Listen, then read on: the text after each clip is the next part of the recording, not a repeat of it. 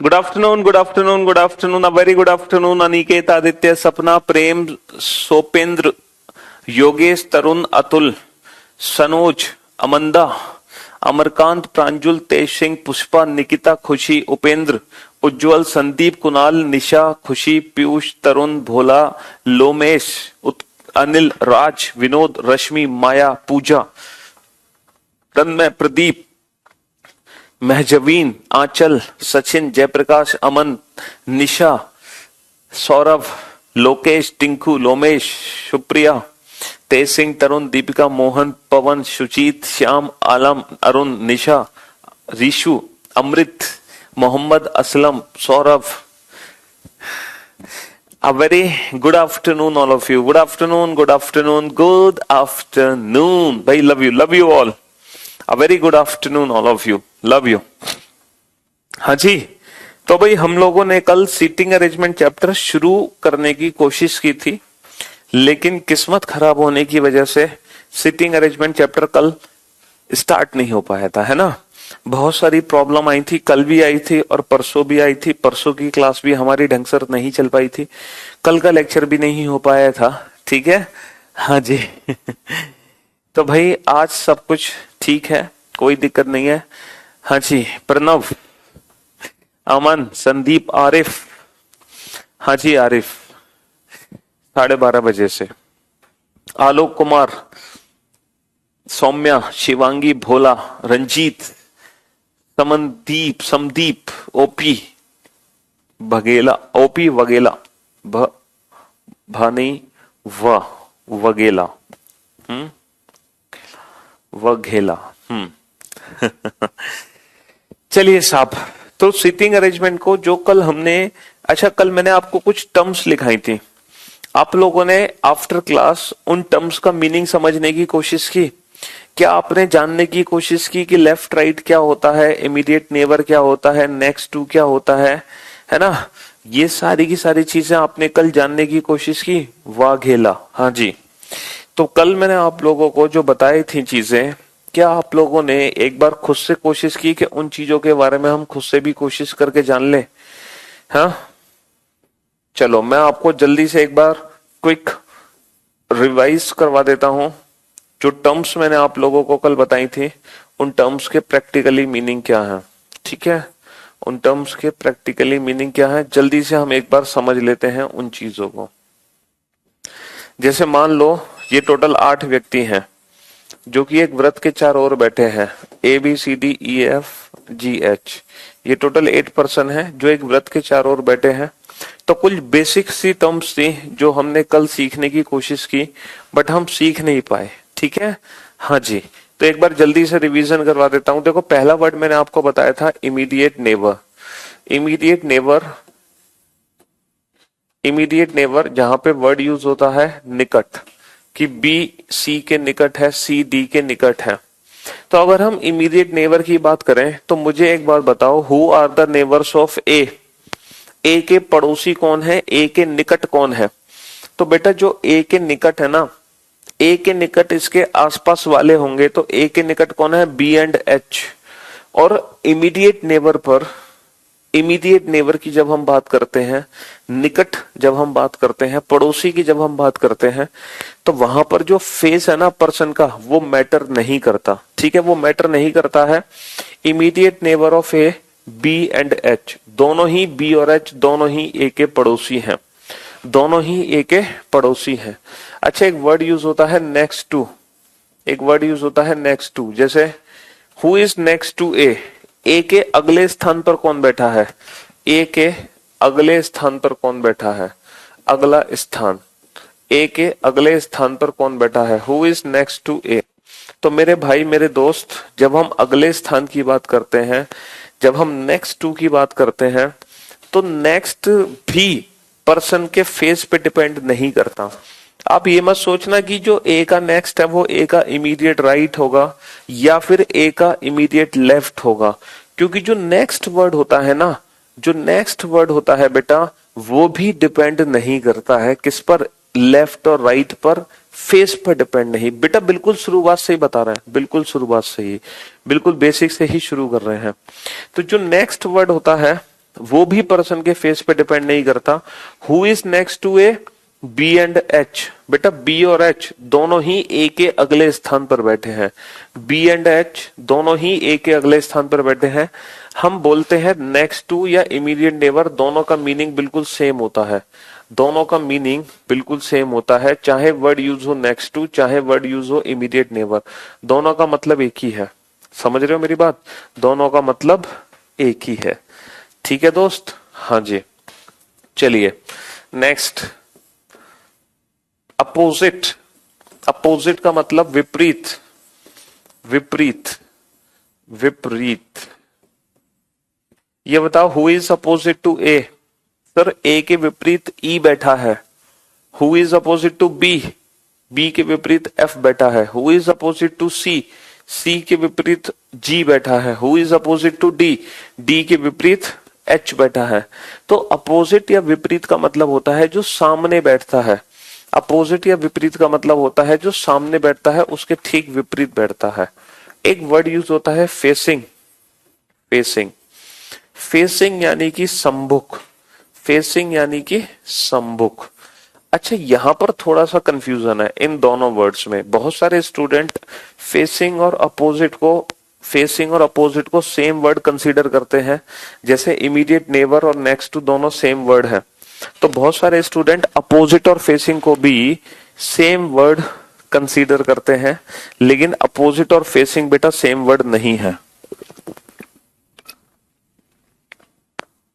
Opposite और facing same word नहीं है। देखो, सम्मुख वही होंगे जिनका मुख एक दूसरे की तरफ होगा।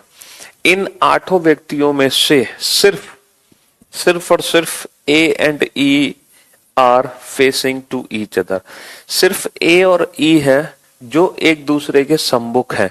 ए और ई को छोड़कर कोई भी 2 व्यक्ति एक दूसरे के सम्मुख नहीं है। हाँ, अगर हम विपरीत की बात करें तो बेटा विपरीत तो ए और ई भी है, और विपरीत तो सी और जी भी है, और विपरीत तो डी और एच भी है। तो बेटा विपरीत तो सब है, ए और ई, बी और एफ, सी और जी, डी और एच। लेकिन अगर हम सम्मुख की बात करें बेटा, तो सम्मुख में सिर्फ ए और ई ही एक दूसरे के सम्मुख है। सम्मुख में सिर्फ ए और ई ही एक दूसरे के सम्मुख है। ठीक है दोस्त? हाँ जी। चलिए अब बात करते हैं, एक वर्ड यूज होता है हु, हुम, विच। हु, हुम, विच। बेटा ये जो वर्ड है, ये वर्ड किसके लिए यूज होते हैं? ऑब्जेक्ट के लिए यूज होते हैं, सेकंड पर्सन के। आप लोगों ने इंग्लिश ग्रामर में ये रूल पढ़ा होगा। इंग्लिश ग्रामर, जो कि, जिसकी, जिसमें। इंग्लिश ग्रामर में ये रूल पढ़ा होगा, जो कि, जिसकी। ठीक है, ये जो वर्ड होते हैं ये हमेशा ऑब्जेक्ट सेकंड पर्सन को रिप्रेजेंट करते हैं। ब्लड रिलेशन में भी ये कंसेप्ट यूज होता है। ब्लड रिलेशन में भी ये रिलेटिव प्रोनाउन होते हैं, कंजंक्शन होते हैं। जो कंजंक्शन होता है वो हमेशा ऑब्जेक्ट को रिप्रेजेंट करता है, सेकंड पर्सन को। लेकिन जो वर्ड यूज होते हैं एंड, वाइल, बट, ठीक है, ये वर्ड यूज होते हैं और, जबकि, किंतु। तो ये जो सारे वर्ड हैं ये रिप्रेजेंट करते हैं किसको? सब्जेक्ट को, फर्स्ट पर्सन को। ये सब सब्जेक्ट को रिप्रेजेंट करते हैं, फर्स्ट पर्सन को। ये सिर्फ सब्जेक्ट को रिप्रेजेंट करते हैं, फर्स्ट पर्सन को। समझे? हाँ जी। अच्छा, एक वर्ड यूज होता है लेफ्ट। लेफ्ट यानी कि बाईं ओर। लेफ्ट यानी कि बाईं ओर। अब बेटा लेफ्ट का मतलब क्या है? देखो, लेफ्ट पर्सन के फेस पे डिपेंड करता है। जो लेफ्ट और राइट होता है ना बेटा, वो पर्सन के फेस पे डिपेंड करता है। लेफ्ट और राइट को हम पर्सन के फेस के अकॉर्डिंग ही डिनोट कर सकते हैं। लेफ्ट और राइट, राइट यानी कि दायां। लेफ्ट और राइट को हम पर्सन के फेस के अकॉर्डिंग ही डिसाइड कर सकते हैं। जैसे एक काम करो आप लोग बेटा, ये 8 व्यक्ति है ना, हर व्यक्ति का इमीडिएट लेफ्ट और इमीडिएट राइट बना दो। हर व्यक्ति का इमीडिएट लेफ्ट और इमीडिएट राइट बनाओ। देखो इस तरह से, जैसे ए है, ए का फेस अंदर है ना, अंदर है ना, तो इसका फेस अगर अंदर है तो ये सोचो, फेस अगर अंदर है तो ये इसका क्या होगा? ये इसका राइट हैंड होगा और ये इसका लेफ्ट हैंड होगा। तो बेटा ए के इमीडिएटली राइट पर कौन है? एच। और ए के इमीडिएटली लेफ्ट पर कौन है? बी।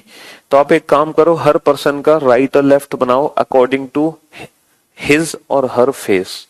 हर व्यक्ति का लेफ्ट राइट बनाओ, फटाफट से बनाओ जल्दी से। जैसे मैंने ए का बनाया ना, ऐसे ही आप हर व्यक्ति का बनाओ। मैं आपको 1 मिनट का टाइम देता हूं, जल्दी से।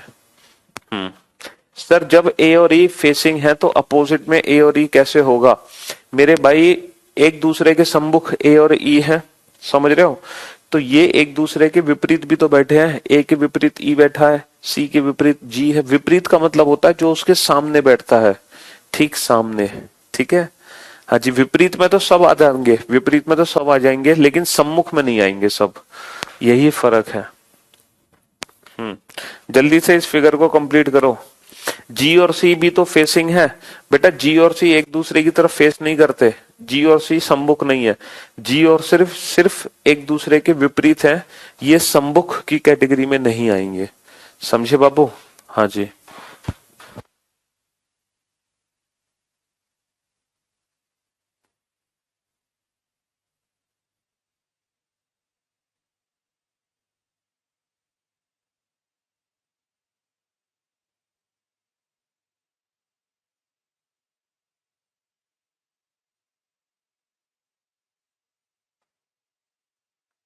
सम्मुख का मतलब होता है जो एक दूसरे की तरफ मुख करके बैठे होते हैं। जो एक दूसरे की तरफ मुख करके बैठे होते हैं वो होते हैं सम्मुख। ठीक है। अरे सम्मुख अपोजिट कहते हैं यार, तुम बिल्कुल ही गधे हो। अपोजिट तो सारे ही है, लेकिन सम्मुख कौन है इनमें से? सिर्फ ए और ई।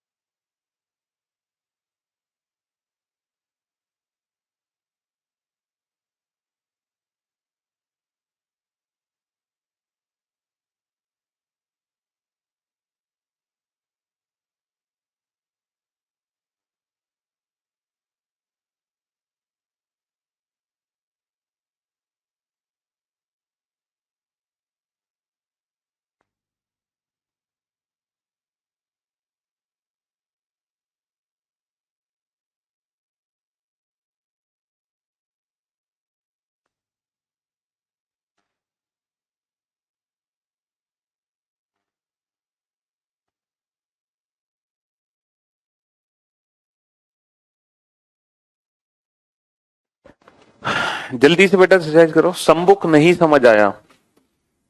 सम्मुख नहीं समझ आया तुम्हें? है, देखो कैसे समझाएं, कैसे। देखो, अच्छा तुम रो को समझो, तुम रो का कंसेप्ट समझो, तुम उसको कंसेप्ट छोड़ो। तुम उसका कंसेप्ट छोड़ो, तुम रो का कंसेप्ट समझो। पंक्ति का कंसेप्ट समझो, तुम वो कंसेप्ट छोड़ो। ठीक है। देखो, यहां पर 10 व्यक्ति बैठे हैं, A B C D E F G H I J. ये बताओ एक दूसरे के विपरीत कौन कौन बैठा है? अपोजिट पेयर लिखो। जो एक दूसरे के विपरीत बैठे हैं वो पेयर्स लिख दो, सारे पेयर्स लिख दो। कौन कौन व्यक्ति हैं जो एक दूसरे के विपरीत बैठे हैं? सारे पेयर लिख दो, सारे पेयर। जो एक दूसरे के विपरीत बैठे हैं वो सारे पेयर कौन है बेटा? जो एक दूसरे के विपरीत बैठे हैं। ए एफ एक दूसरे के विपरीत बैठे हैं, बी जी एक दूसरे के विपरीत बैठे हैं, सी एच एक दूसरे के विपरीत बैठे हैं, डी आई एक दूसरे के विपरीत बैठे हैं, ई जे एक दूसरे के विपरीत बैठे हैं। एक दूसरे के विपरीत का मतलब होता है आमने सामने, आमने सामने। ठीक है, आमने सामने। ये होते हैं एक दूसरे के विपरीत। ये बताओ इतनी सी बात समझ आई कि नहीं? इतनी सी बात समझ आई कि नहीं? एक दूसरे के विपरीत का मतलब होता है आमने सामने कौन बैठे हैं। ठीक है, हाँ जी। चलिए अब आ जाओ फेसिंग। फेसिंग कौन कौन है? फेसिंग कौन कौन है? सम्मुख। सम्मुख वो व्यक्ति होंगे जिन दोनों का मुख एक दूसरे की तरफ होगा, जिनका मुख एक दूसरे की तरफ होगा। जिनका मुख एक दूसरे की तरफ होगा। सम्मुख वो होंगे जिनका मुख एक दूसरे की तरफ होगा। तो बेटा इनमें से सम्मुख पता है कौन है? सिर्फ और सिर्फ बी जी एक दूसरे की सम्मुख है, बी जी एक दूसरे के सम्मुख है, और सी एच एक दूसरे के सम्मुख है। इसके अलावा कोई भी एक दूसरे के सम्मुख नहीं है। बी जी सी एच के अलावा ये वो होते हैं जिनका मुख एक दूसरे की तरफ हो, मुख एक दूसरे की तरफ हो, जिनका मुख एक दूसरे की तरफ हो। तो मैं उम्मीद करता हूं कि अब आप लोगों का थोड़ा सा कंसेप्ट क्लियर हुआ होगा अपोजिट और सम्मुख, है ना, अपोजिट और फेसिंग को लेकर, विपरीत और सम्मुख को लेकर। ठीक है, हाँ जी। अब आप लोगों का थोड़ा सा कंसेप्ट क्लियर हुआ कि नहीं? फेसिंग सम्मुख सिर्फ इसमें से बी और जी है, सी और एच है। सम्मुख वो होते हैं जिनका मुख एक दूसरे की तरफ होता है। ठीक है, हाँ जी, जो एक दूसरे को देख रहे होते हैं। ठीक है, दोनों एक दूसरे को देख रहे हो, वो होते हैं सम्मुख। जो एक दूसरे की तरफ देखते हैं।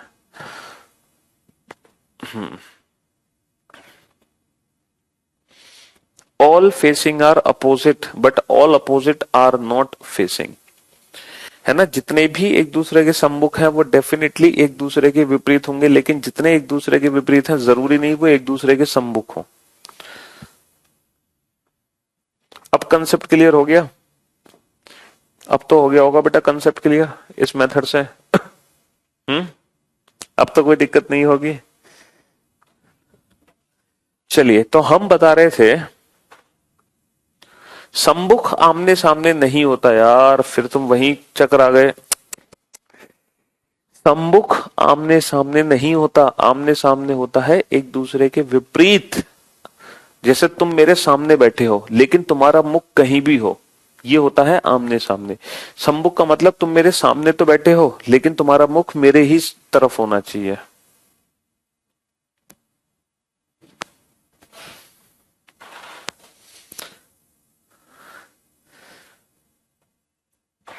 चलिए साहब, अब हम चलते हैं लेफ्ट और राइट पर। अब देखो बी का फेस अंदर है। अगर बी का फेस अंदर है तो बी का इमीडिएट राइट कहां होगा? अगर बी का फेस अंदर है तो बी के इमीडिएटली राइट पर कौन होगा? ए होगा। और बी के इमीडिएटली लेफ्ट पर कौन होगा? बी के इमीडिएटली लेफ्ट पर सी होगा। देखो बी का फेस अंदर है तो ये राइट होगा, ये लेफ्ट होगा। ठीक है, अच्छा सी का फेस बाहर है। सी का फेस बाहर है तो सी के इमीडिएटली राइट पर कौन होगा? सी के इमीडिएटली राइट पर डी होगा और लेफ्ट पर बी होगा। बेटा फेस राइट लेफ्ट को अच्छे से समझ लो। अगर राइट लेफ्ट में कंफ्यूजन है तो बेटा तुम फंस जाओगे। अगर गलती से भी राइट लेफ्ट में कंफ्यूजन है तो बहुत दिक्कत आ जाएगी। तो राइट लेफ्ट को अच्छे से समझो according to their face. B का फेस अंदर तो इसका राइट ये, सी का फेस बाहर तो इसका राइट ये। अच्छा डी का फेस अंदर है तो डी का राइट कहाँ होगा? यहाँ होगा। अच्छा ई का फेस अंदर है तो राइट किधर होगा? फेस अंदर एज्यूम करके राइट इधर होगा। एफ का फेस बाहर है तो एफ का राइट इधर होगा। जी का फेस बाहर है तो जी का राइट इधर होगा। एच का फेस बाहर है तो एच का राइट इधर होगा। तो राइट वाला कंसेप्ट अच्छे से समझ लो और लेफ्ट वाला ये बहुत जरूरी है, समझे बाबू?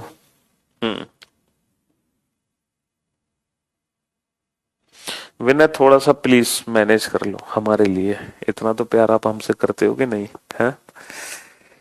हाँ जी, चलिए हो गया।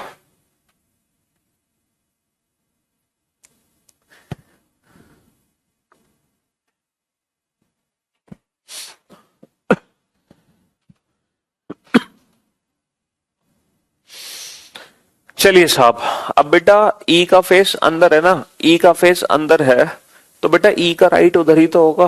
अगर फेस अंदर है तो राइट इधर होगा, सिंपल सी बात है। चलिए तो मेरे दोस्त मेरे भाई, अब मैं आप लोगों को कराता हूं एक्चुअल में क्वेश्चन कि ब्लड रिलेशन के क्वेश्चन किस तरीके से एग्जाम में आएंगे। और देखो बिल्कुल हम बेसिक लेवल से शुरू करेंगे, जीरो लेवल से, और बैंकिंग पीओ मेंस लेवल तक के क्वेश्चन कराएंगे, है ना, बैंकिंग पीओ मेंस लेवल तक के। तो आप बिल्कुल भी परेशान मत होना, धैर्य बनाए रखना। पहला क्वेश्चन मैं आपको सॉल्व करके दिखाऊंगा, उसके बाद के जितने क्वेश्चन होंगे वो आप लोग सॉल्व करना। सिर्फ पहला क्वेश्चन मुझे सॉल्व करने दो। देखो इतना बड़ा क्वेश्चन है, अब इस क्वेश्चन को ध्यान से देखो और ध्यान से समझो, ठीक है। सबसे पहला क्वेश्चन मुझे सॉल्व करके दिखाने दो, उसके बाद जितने भी क्वेश्चन होंगे वो आप लोग सॉल्व करना, ठीक है। पहला क्वेश्चन मैं सॉल्व करके दिखाऊंगा आपको, फर्स्ट क्वेश्चन, ठीक। हाँ जी, अब देखो क्वेश्चन क्या है कि 8 executives are sitting around a circular table. भैया 8 लोग एक वृत्त के चारों ओर बैठे हैं एक मीटिंग करने के लिए। तो हमेशा याद रखना, जब भी हम सीटिंग अरेंजमेंट का क्वेश्चन बनाते हैं तो सबसे पहले तो ये लोग जहां बैठे हैं उसको बनाओ। अगर ये सर्किल के चारों तरफ बैठे हैं तो सर्किल बनाओ, रेक्टेंगल के चारों तरफ बैठे हैं तो रेक्टेंगल बनाओ, और स्क्वायर के चारों तरफ बैठे हैं तो स्क्वायर बनाओ, ठीक है। बना लिया आपने, बहुत बढ़िया। इसके बाद ये जितने भी पर्सन है ना, सबको एक साथ बैठा दो, एक एक करके मत बैठाना, एक एक करके नहीं, सबको एक साथ। मैं आपको जो अप्रोच समझाने जा रहा हूं वो अप्रोच है बेटा क्लोज्ड फॉर्म की। मैंने कल आपको बताया था कि दो टाइप के क्वेश्चन बनते हैं, एक क्लोज फॉर्म एक ओपन फॉर्म सीटिंग अरेंजमेंट में, और दोनों ही टाइप को सॉल्व करने की जो ट्रिक है वो डिफरेंट है। इसकी ट्रिक डिफरेंट है, इसकी ट्रिक डिफरेंट है। तो अभी जो हम शुरू करने जा रहे हैं वो शुरू करने जा रहे हैं क्लोज फॉर्म। तो जितनी भी अप्रोचेस मैं आपको समझाऊंगा वो क्लोज्ड फॉर्म के लिए होंगी, ना कि ओपन फॉर्म के लिए। तो जितने भी लोग बैठे हैं क्लोज्ड फॉर्म में सबको एक साथ बैठाना पड़ेगा। 8 हैं तो 8, 7 हैं तो 7, 10 हैं तो 10, और इस तरीके से बैठाओ। अगर इवन नंबर ऑफ पर्सन है, इवन, तो एक दूसरे के विपरीत बैठाओ, एक दूसरे के विपरीत, अगर इवन पर्सन है तो ये 8 लोग हमने बैठा दिए। अच्छा, क्वेश्चन में दिया हुआ है कि सभी एक मीटिंग करने के लिए बैठे हैं, मीटिंग। लव यू भाई विनय, थैंक यू सो मच। ये सभी के सभी ना मीटिंग करने के लिए बैठे हैं। तो मीटिंग करने के लिए बैठे हैं तो बाय डिफॉल्ट इन सबका फेस एक दूसरे की तरफ होगा, है ना, सबका फेस केंद्र की ओर होगा। तो हम सबका फेस केंद्र की ओर मान लेंगे। देखो पहला क्वेश्चन मैं सॉल्व करूंगा, आप लोग सॉल्व नहीं करोगे, बस आप लोग ध्यान से देखते रहो, बस ध्यान से देखते रहो कि मैं कर क्या रहा हूं, क्योंकि मेरी अप्रोच को आपको समझना होगा और वही अप्रोच हर क्वेश्चन में आपको अप्लाई करनी है, ठीक है। तो सभी लोग मीटिंग करने के लिए बैठे हैं तो सबका फेस केंद्र की ओर बना दिया, बहुत बढ़िया। अब सबसे पहले पहला पॉइंट पढ़ो क्या है। सबसे पहला पॉइंट, जे पी के दाएं को दूसरा है, J is second to the right of P. देखो जे किसके सेकंड राइट पे है, पी के ना, तो सबसे पहले हम किसको बैठाएंगे, पी को। और हमेशा याद रखना क्लोज्ड फॉर्म में पहले पर्सन को हम अपनी मर्जी से कहीं भी बैठा सकते हैं, जहां आपका मन करे पहले व्यक्ति को बैठा दो। तो पहला व्यक्ति हमारी मर्जी से बैठता है, फर्स्ट पर्सन। तो पहले व्यक्ति को जहां आपकी मर्जी हो वहां बैठा दो, कहीं भी बैठा दो। तो हमने पी को यहां बैठा दिया। अब हम किसी को अपनी मर्जी से नहीं बैठा सकते। J is second to the right of P. अब देखो इसका सेकंड राइट क्या है, अब इसका फेस अगर अंदर है तो इसका राइट इधर होगा, इसका सेकंड राइट, पहला राइट दूसरा राइट। तो J is second to the right of P. ये बताओ पहले तो ये फर्स्ट पॉइंट समझ आया कि नहीं। पहले व्यक्ति को अपनी मर्जी से कहीं भी बैठा दो और उसके सेकंड राइट में जे को बैठा दो। अब यहां पर हु वर्ड यूज होगा। बेटा हु किसको रिप्रेजेंट करेगा, ऑब्जेक्ट को। जो की वर्ड किसको रिप्रेजेंट करेगा, ऑब्जेक्ट को, सेकंड पर्सन को। तो ये जो हु वर्ड है ये पी के लिए है, P is third to the right of K. अब इस पॉइंट को बेहद ध्यान से समझना, P is third to the right of K. बेटा ये जो पी है ना, ये के थर्ड राइट पर है। बेटा ये जो पी है ये के दाईं ओर तीसरा है, जो कि के दाएं को तीसरा है, जो कि मतलब पी के दाएं को तीसरा है। तो बेटा के को मैं कहां बैठाऊं, के को मैं कहां बैठाऊं, जहां से ये थर्ड राइट दिखे। कुछ बच्चे पता है क्या करते हैं, के को इसी के थर्ड राइट पे बैठा देते हैं, इसी के थर्ड राइट पे के को बैठा देते हैं, जबकि ये गलत है। बेटा इसके थर्ड राइट पे के को नहीं बैठाना, के को ऐसी जगह बैठाओ जहां से ये थर्ड राइट दिखे। तो के को मैं बैठाऊंगा यहां, जो कि के दाईं ओर तीसरा है, मतलब पी के दाईं ओर तीसरा है। समझे बाबू, बहुत बढ़िया। M is second to the left of O, who word किसके लिए, ओ के लिए, O sits between P and J. देखो एम ओ के बाएं को दूसरा है, जो कि मतलब पी, जो कि मतलब ओ पी और जे के बीच में बैठा है। तो देखो जो ओ है ना वो पी और जे के ठीक बीच में है, जो ओ है वो पी और जे के ठीक बीच में है, तो पी और जे के ठीक बीच में ओ को बैठा दो। और ओ के बाएं को दूसरा एम है, M is second to the left of O, M इसके सेकेंड लेफ्ट पे है, तो इसका सेकेंड लेफ्ट किधर होगा, 1 2, यहां पर आ गया एम। तो मैं उम्मीद करता हूं यहां पर भी आपको बहुत अच्छे से समझ आ गया होगा। बेटा पी को हम कहीं भी बैठा सकते थे, ऊपर भी बैठा सकते थे, तो भी हमारा आंसर गलत नहीं होता।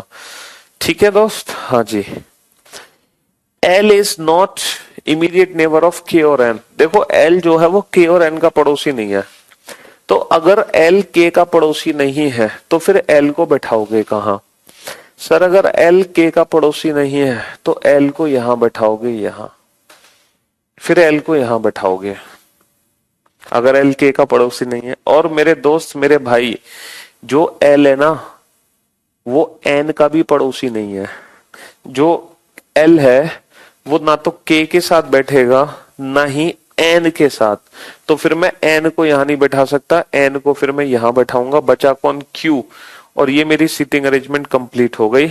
अब इस सीटिंग अरेंजमेंट से जो 5 क्वेश्चन पूछे गए हैं वो आप विद इन 10 सेकेंड सॉल्व कर दोगे, 10 सेकेंड। जो 5 क्वेश्चन पूछे गए हैं, देखो पहला क्वेश्चन क्या पूछा गया है, who is opposite to Q, Q के विपरीत कौन है, who is opposite to Q. तो क्यू के विपरीत कौन बैठा है, क्यू के विपरीत पी बैठा है। क्या हमारा आंसर सही आ गया निकल के पी, क्या हमारा आंसर सही आ गया, क्यू के विपरीत पी है, बहुत बढ़िया, क्यू के विपरीत पी है। चलिए दूसरा क्वेश्चन क्या पूछा गया है, who is second to the left of J, who is second to the left of J, J के बाईं ओर दूसरा कौन है, देखना जरा जे के बाईं ओर दूसरा, जे के बाईं ओर दूसरा कौन है, जे के बाईं ओर दूसरा 1 2 पी। क्या हमारे क्वेश्चन का आंसर पी आया, हाँ सर बिल्कुल पी आ गया, बहुत बढ़िया। हु इज सिटिंग बिटवीन के और एम, के और एम के बीच में कौन है, के और एम के बीच में कौन है, के और एम के बीच में कौन है, क्या के और एम के बीच में एन है, के और एम के बीच में एन है, क्या हमारे क्वेश्चन का आंसर एन आ गया, बहुत बढ़िया। Who is second to the right of K दाईं ओर दूसरा कौन है, बेटा के दाईं ओर दूसरा कौन है, सर के सेकंड राइट पर कौन है, के दाईं ओर दूसरा, के सेकंड राइट पर 1 2 एम, के दाईं ओर दूसरा एम है। क्या हमारा आंसर मैच कर गया, सर बिल्कुल मैच कर गया। Who are the immediate neighbour of N, N के पड़ोसी कौन है, एन के पड़ोसी कौन है, के एंड एम, के एंड एम, के एंड एम। क्या हमारा आंसर मैच कर गया, बिल्कुल मैच कर गया। तो भैया हमने 5 क्वेश्चन के आंसर एकदम परफेक्ट दे दिए, तो जो भी समय लगेगा वो अरेंजमेंट को बनाने में लगेगा। अच्छा होता क्या है, जब यही क्वेश्चन बैंकिंग लेवल का होता है ना, तो जैसे ये क्वेश्चन हमारा एक सिंगल अरेंजमेंट में सॉल्व हो गया, लेकिन अगर यही क्वेश्चन बैंकिंग का होता तो पता है हमें 3 सर्किल बनाने पड़ते हैं पॉसिबिलिटी के साथ। लेकिन हम उस चीज को तब सीखेंगे जब हम बैंकिंग लेवल के क्वेश्चन तक पहुंचेंगे, लेकिन अभी हम बेसिक लेवल के ही क्वेश्चन करेंगे, बैंकिंग लेवल पर अभी नहीं पहुंचेंगे। समझे बाबू, हाँ जी। और देखो मैं आपको यकीन दिलाता हूं, जिन बच्चों को सीटिंग अरेंजमेंट से डर लगता था, या जिन बच्चों ने ये सोच रखा है कि जिंदगी में वो सीटिंग अरेंजमेंट का क्वेश्चन नहीं बना पाएंगे, है ना, कुछ बच्चे ऐसे होंगे ना जिन्होंने सोच रखा होगा जिंदगी में सीटिंग अरेंजमेंट का क्वेश्चन नहीं बना पाएंगे, तो मेरे भाई इसके बाद ये सेकंड क्वेश्चन आएगा, आप लोग इसको सॉल्व करो, लेकिन इसको सॉल्व आप लोग थोड़ा मुश्किल से कर पाओगे। बट इसके बाद जो थर्ड क्वेश्चन होगा, है ना, वो हर एक सिंगल स्टूडेंट सॉल्व करेगा, ये मेरी गारंटी है। तो जो आपके जहन में डर है ना सीटिंग अरेंजमेंट को लेकर, वो इस क्वेश्चन में नहीं निकलेगा, इसके अगले क्वेश्चन में निकलेगा। समझे, चलो अब आप ट्राई करो इस क्वेश्चन को। जिस अप्रोच से मैंने पहला क्वेश्चन बनाया था उसी सेम अप्रोच से आप इस क्वेश्चन को सॉल्व करने की कोशिश करेंगे। करो बेटा क्वेश्चन। बेटा पजल चैप्टर अलग है, ठीक है। हाँ जी, चलिए साहब करो इस क्वेश्चन को सॉल्व करने की कोशिश।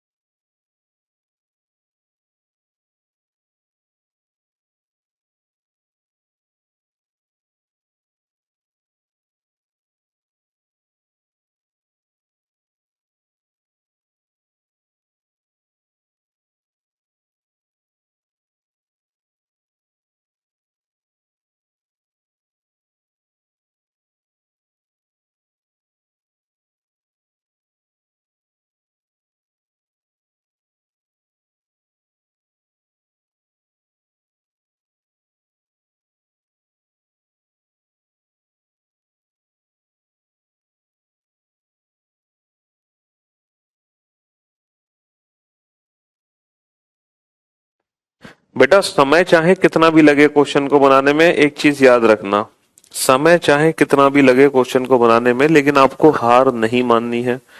चाहे आपको 10 बार डायग्राम बनाना पड़े सिटिंग अरेंजमेंट का, 10 बार बनाओ। कुछ बच्चे कहेंगे सर ये तो बहुत टाइम टेकन अप्रोच हो जाएगा, लेकिन मेरे दोस्त मेरे भाई, मैं आप लोगों को एक चीज यहाँ पे बेहद ध्यान से समझाना चाहूंगा। क्या समझाना चाहूंगा पता है? हाँ जी, कि अगर सीटिंग अरेंजमेंट को आप सॉल्व करते हो, सबसे पहले तो आपके अंदर ना कॉन्फिडेंस आना बहुत जरूरी है कि हाँ सर हम सीटिंग अरेंजमेंट के क्वेश्चन बना सकते हैं। पहले तो उस कॉन्फिडेंस को लेकर आओ अपने अंदर। समय की चिंता मत करो कि सर जल्दी नहीं बना पा रहे हैं, देर से बना पा रहे हैं, ये चीज तो देखो बाद में भी रिजॉल्व हो जाएंगी।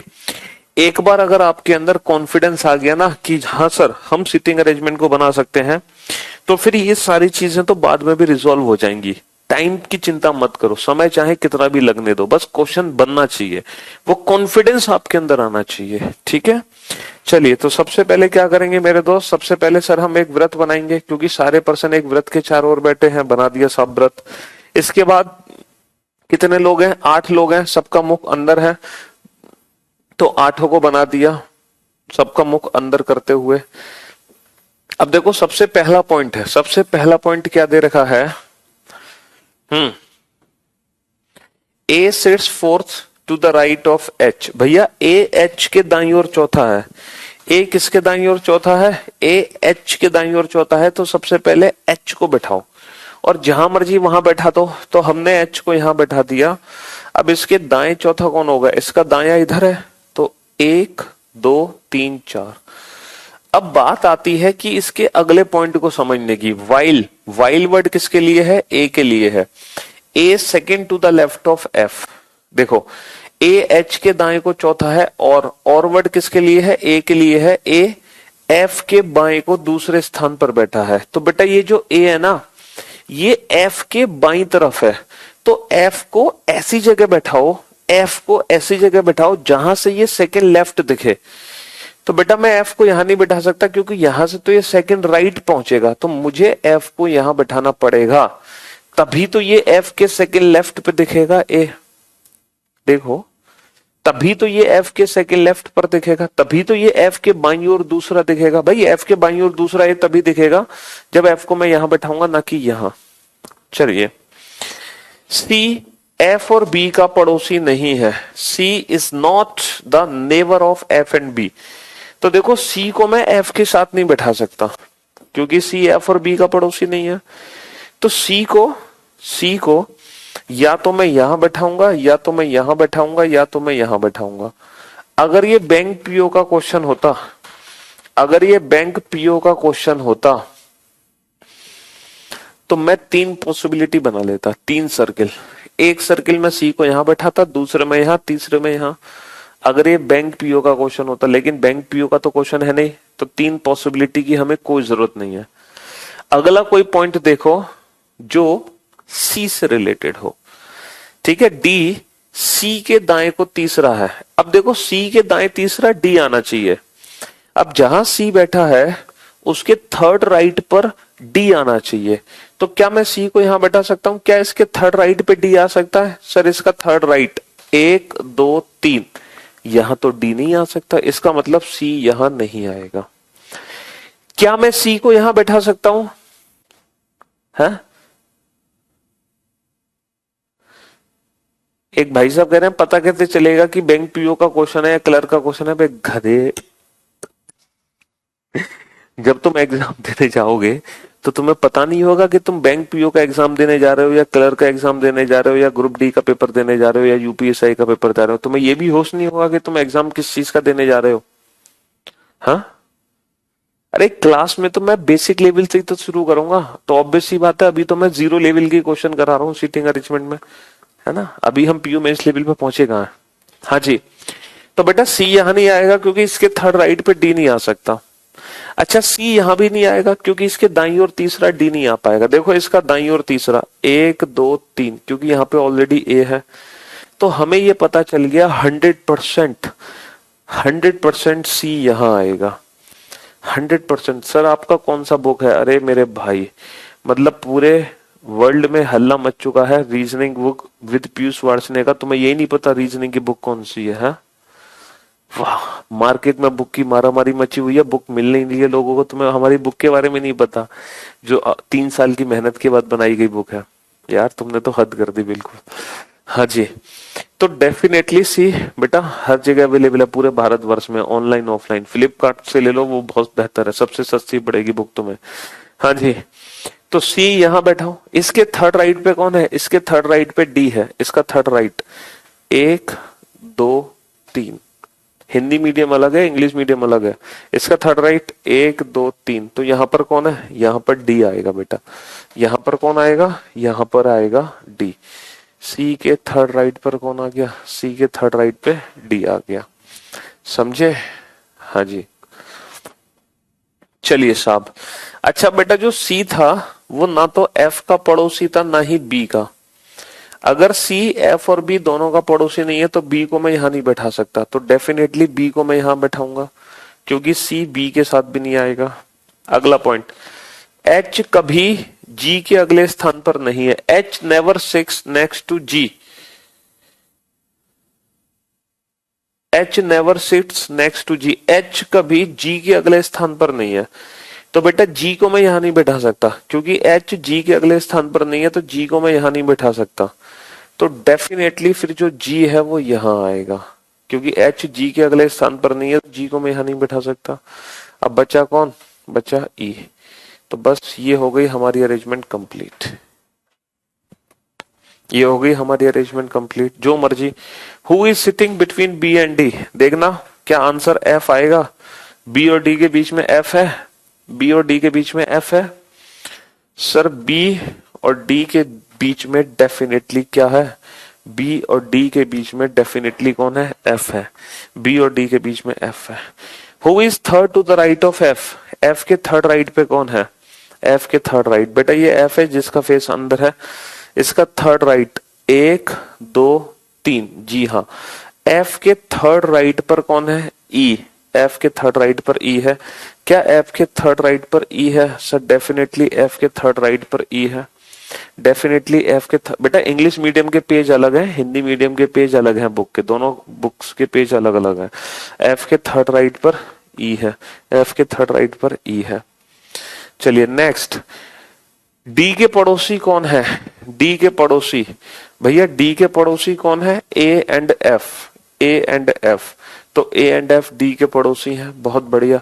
हु इज अपोजिट टू जी, जी के विपरीत कौन है, जी के विपरीत कौन है, जी के विपरीत बी है, जी के विपरीत बी है, जी के विपरीत बी है, बहुत बढ़िया है ना।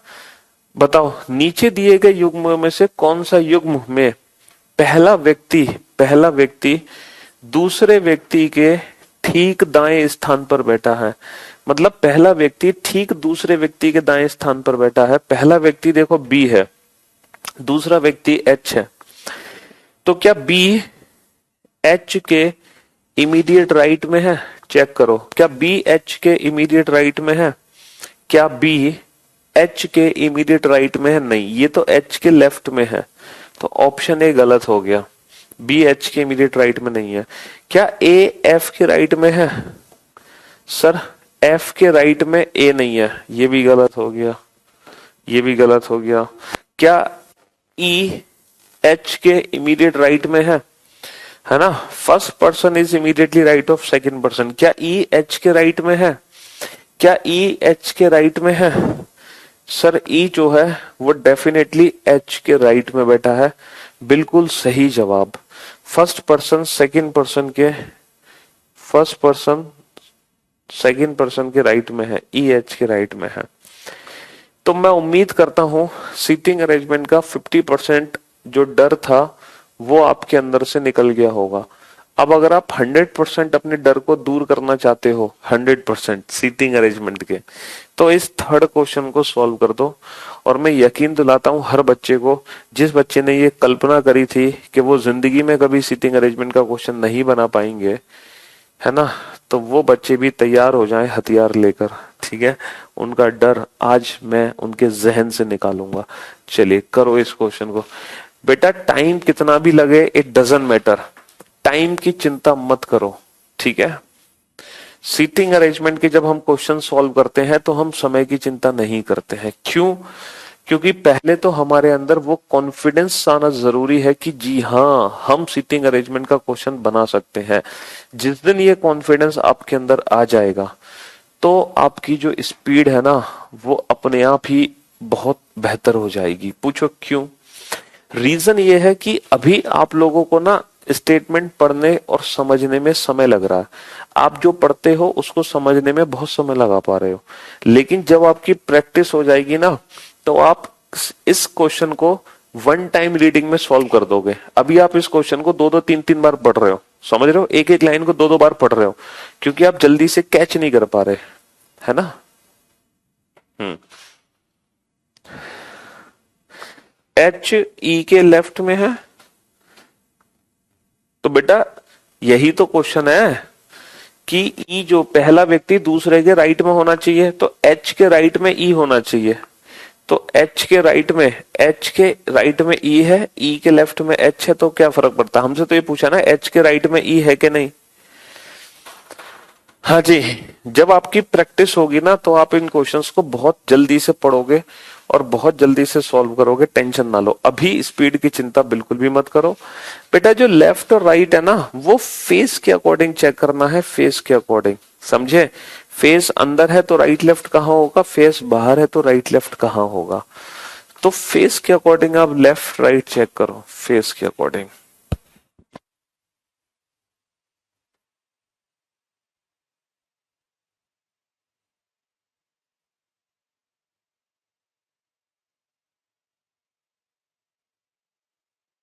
हर स्टूडेंट को ये क्वेश्चन सॉल्व करना है, हर बच्चे को, कोई भी बच्चा रह ना जाए इस क्वेश्चन को सॉल्व किए बिना, कोई भी student, not a single student.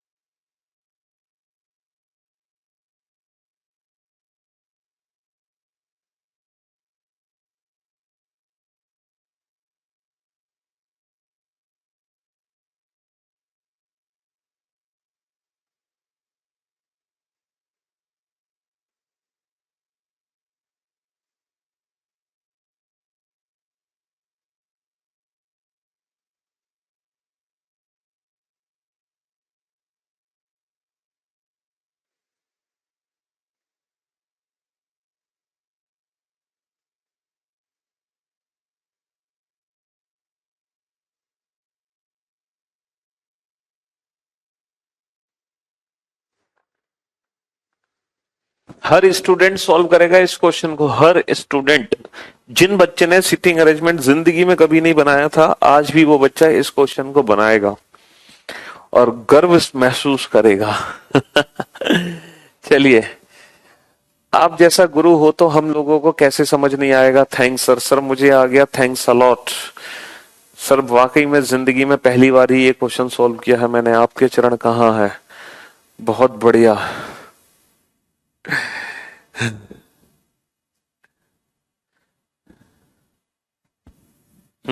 100%, बहुत बढ़िया, गुड जॉब। तो मेरे भाई मेरे दोस्त, सबसे पहले हम क्या करेंगे, सबसे पहले हम हवन तो नहीं करेंगे। जितने लोग बैठे हैं सबको एक साथ बैठा दो, सबका फेस केंद्र की ओर है। 1 2 3 4 5 6 7 8, सबका फेस केंद्र की ओर है।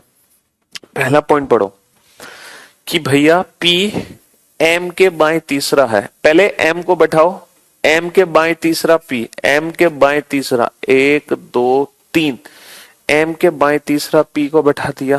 और वर्ड किसके लिए है बेटा, और वर्ड है पी के लिए। पी टी के दाएं दूसरा है। बेटा ये जो पी है ना, ये किसके दाएं दूसरा है, टी के। ये जो पी है ये किसके दाएं दूसरा है, पी किसके दाएं दूसरा है, टी के। तो टी को मैं कहां बैठाऊं, टी को यहां बैठाऊं, तभी तो ये इसके दाएं दूसरा आएगा।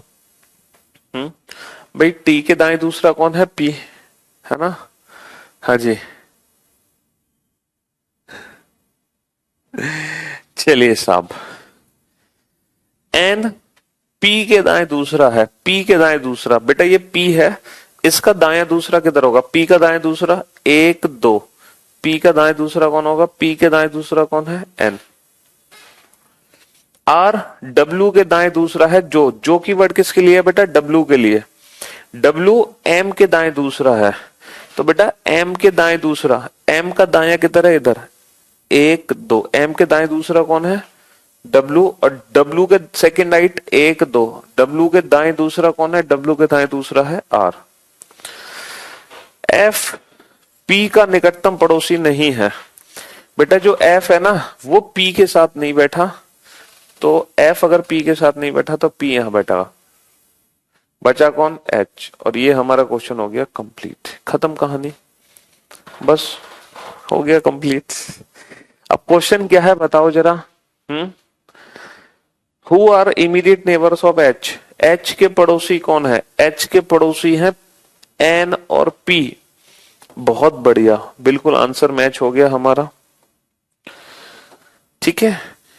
हाँ जी, एन के संदर्भ में आर का स्थान कौन सा है, बेटा एन के संदर्भ में आर का स्थान कौन सा है, एन के संदर्भ में आर का स्थान कौन सा है, तो बेटा एन के थर्ड लेफ्ट पर बैठा है, एन का थर्ड लेफ्ट, एन के बाईं ओर तीसरा, एन के बाईं ओर तीसरा आर है, एन के बाईं ओर तीसरा, third to the left, N के बाईं ओर तीसरा आर है।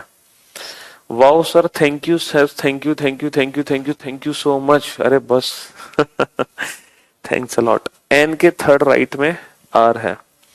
चलिए, एन और टी के बीच में कितने व्यक्ति बैठे हैं, एन और टी के बीच में, तो भैया एन और टी के बीच में कितने व्यक्ति बैठे हैं, चाहे तो इधर से गिन लो चाहे तो इधर से गिन लो। एन और टी के बीच में सिर्फ 3 व्यक्ति बैठे हैं, एन और टी के बीच में कितने व्यक्ति बैठे हैं, सिर्फ 3 व्यक्ति बैठे हैं, सिर्फ 3 व्यक्ति बैठे हैं। Who is on the immediately right of W, W के इमीडिएटली राइट में कौन है, बेटा डब्ल्यू के इमीडिएटली राइट में कौन है, डब्ल्यू के इमीडिएटली राइट में टी है, डब्ल्यू के इमीडिएटली राइट में कौन है, टी है। चलिए ये वाला क्वेश्चन सॉल्व करो बेटा, है ना। हाँ जी, नीचे दिए गए युग्मों में से कौन से युग्म में पहला व्यक्ति दूसरे व्यक्ति के ठीक बाएं स्थान पर है, मतलब पहला व्यक्ति दूसरे के ठीक बाईं तरफ है, यानी कि जो आर है वो पी के लेफ्ट पे होना चाहिए। आर कहां होना चाहिए, पी के इमीडिएटली लेफ्ट में। तो चेक करो क्या आर पी के लेफ्ट में है, क्या आर पी के इमीडिएटली लेफ्ट में है, बिल्कुल सही फरमाया जनाब, पी के इमीडिएटली लेफ्ट में आर है। पी के इमीडिएटली लेफ्ट में कौन है? पी के इमीडिएटली लेफ्ट में आर है, और ये बात बिल्कुल सही हो गई, पी के इमीडिएटली लेफ्ट में आर है। ठीक है ना? पी के इमीडिएटली लेफ्ट में आर है। देखो भाई, मेरी बात ध्यान से सुनना बेटा, सीटिंग अरेंजमेंट में आपने व्यक्ति को कहां बैठाया है उससे कोई फर्क नहीं पड़ता, पता है? जैसे फॉर एग्जाम्पल इस क्वेश्चन को मैं ऐसे भी कर सकता था, जरूरी नहीं है कि हम एम को यहां बैठाते। मान लो मैं एम को यहां बैठाता तो मेरी अरेंजमेंट पता है कैसे होती?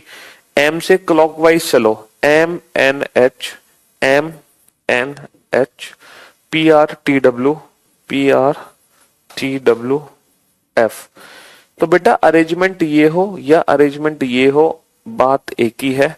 बस क्लोज्ड फॉर्म में क्या होता है, क्लॉकवाइज अरेंजमेंट सेम होनी चाहिए, क्लॉकवाइज अरेंजमेंट सेम होनी चाहिए, सेम। ठीक है, क्लॉकवाइज अरेंजमेंट सेम होनी चाहिए। देखो पी आर टी डब्ल्यू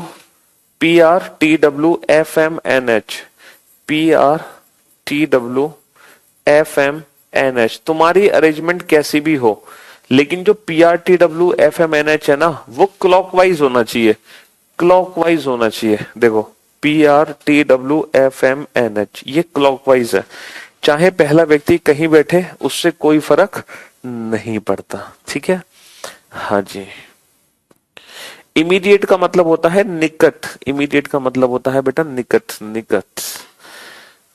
बेटा ऑब्जेक्ट सब्जेक्ट का रोल क्यों नहीं समझ आया? जो वाइल, देखो जो हु की फैमिली है ना, हु, होम, हुज, सिर्फ वही ऑब्जेक्ट को रिप्रेजेंट करते हैं, बाकी सभी सब्जेक्ट के लिए होते हैं। ठीक है, हाँ जी। कौन कहता है कि हमें सिटिंग अरेंजमेंट नहीं आया? एक बार पीयूष सर से पढ़ के तो देखो बेटा। जो Kapil Sharma show Saturday Sunday में आएगा। अब डेली कपिल शर्मा शो की बात मत करो, वरना तुम पढ़ भी नहीं पाते हो और क्लास बीच में रुक जाती है ना? हम्म 2 दिन से तुम कपिल शर्मा शो की तो बातें कर रहे हो, तभी तो क्लास चल नहीं पा रही। चलियो फटाफट से। अब इस क्वेश्चन को अगर तुम सॉल्व कर लोगे ना बेटा, तो ये समझ लो, अगर तुम इस क्वेश्चन को सॉल्व कर लोगे तो ये तुम समझ लो, बैंकिंग को छोड़कर, बैंक को छोड़कर आप हर एग्जाम की सीटिंग अरेंजमेंट बना सकते हो, ऑल एग्जाम्स एक्सेप्ट बैंकिंग। अगर तुमने ये वाला क्वेश्चन बना लिया तो बेटा बैंक को छोड़कर दुनिया के हर एग्जाम को सॉल्व कर सकते हो सीटिंग अरेंजमेंट, सिर्फ बैंक को छोड़कर, बैंक और कैट, इसको छोड़कर। समझे? चलिए बेटा, डेट भी ऑब्जेक्ट के लिए होता है, हु, हुम, हुज, डेट। डेट तो बेटा है ना, जनरली डेट हम यूज नहीं करते वर्ड, डेट भी ऑब्जेक्ट के लिए होता है, बाकी सभी सब्जेक्ट के लिए।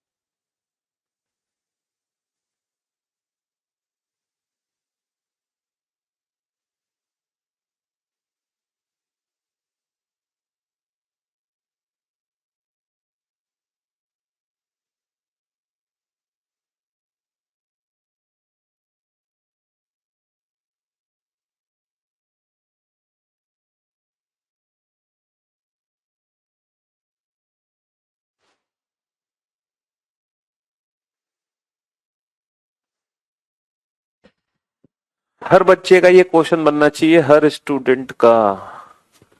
अरे ये क्या हो गया, क्वेश्चन कहाँ चला गया भाई?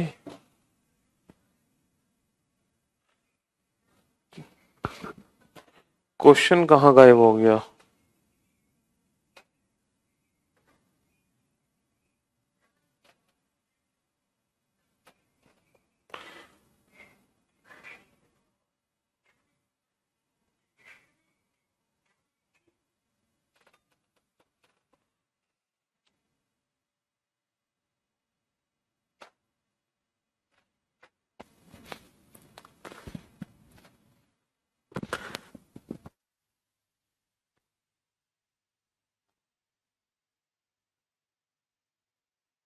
हर बच्चे का ये क्वेश्चन होना चाहिए, हर बच्चे का।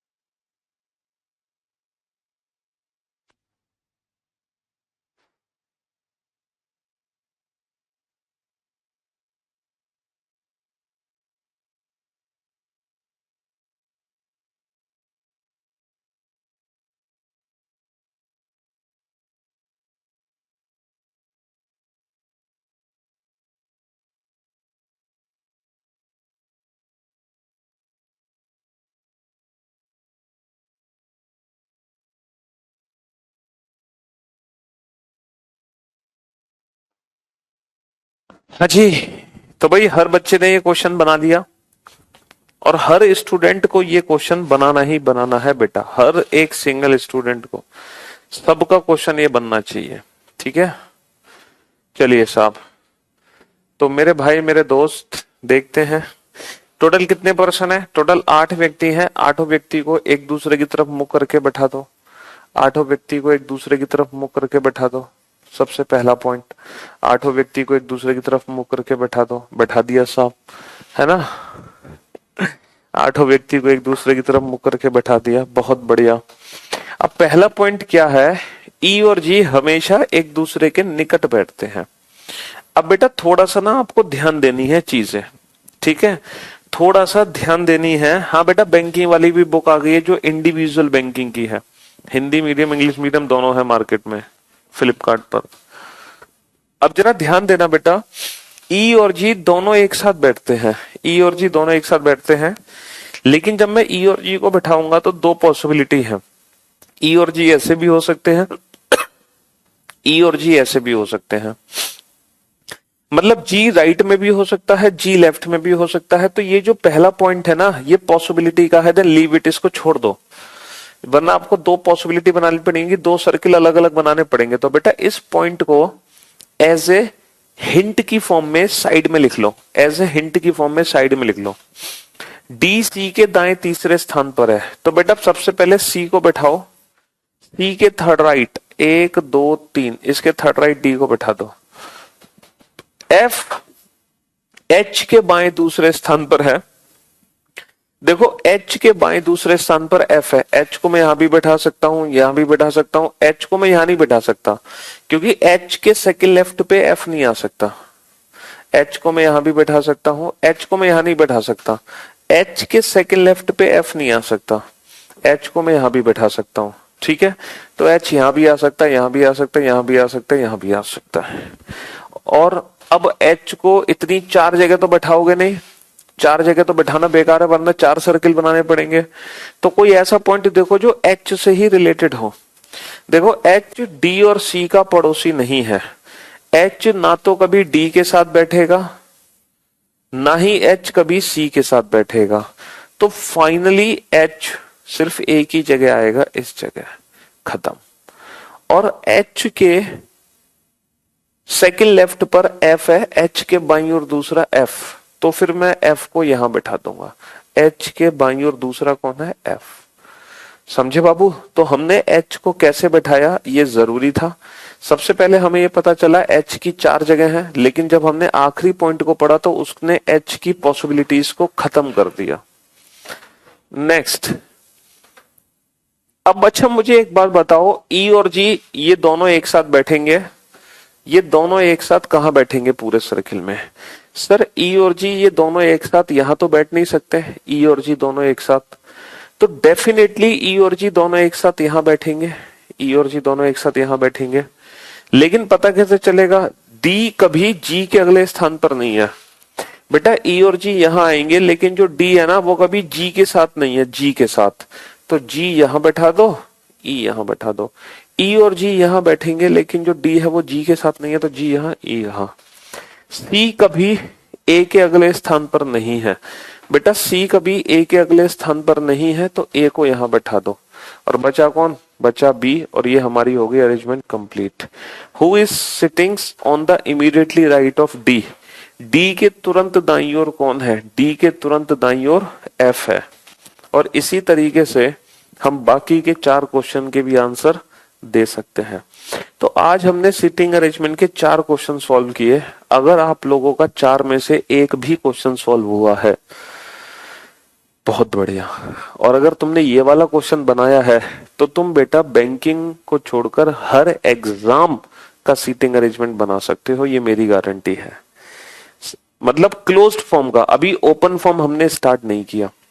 आपका जितना थैंक यू करो उतना कम है सर, आपका बहुत बहुत सारा thank you sir, love you sir, love you भाई, लव यू आपको भी हमारा, ठीक है। हाँ जी, चलिए, thank you so much, thanks a lot.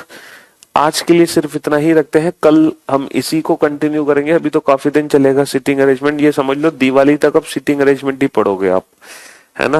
हाँ जी, चलिए, thank you so much, thanks a lot, goodbye, love you all, take care, thank you so much, thanks a lot, शुक्रिया, thanks, thank you so much.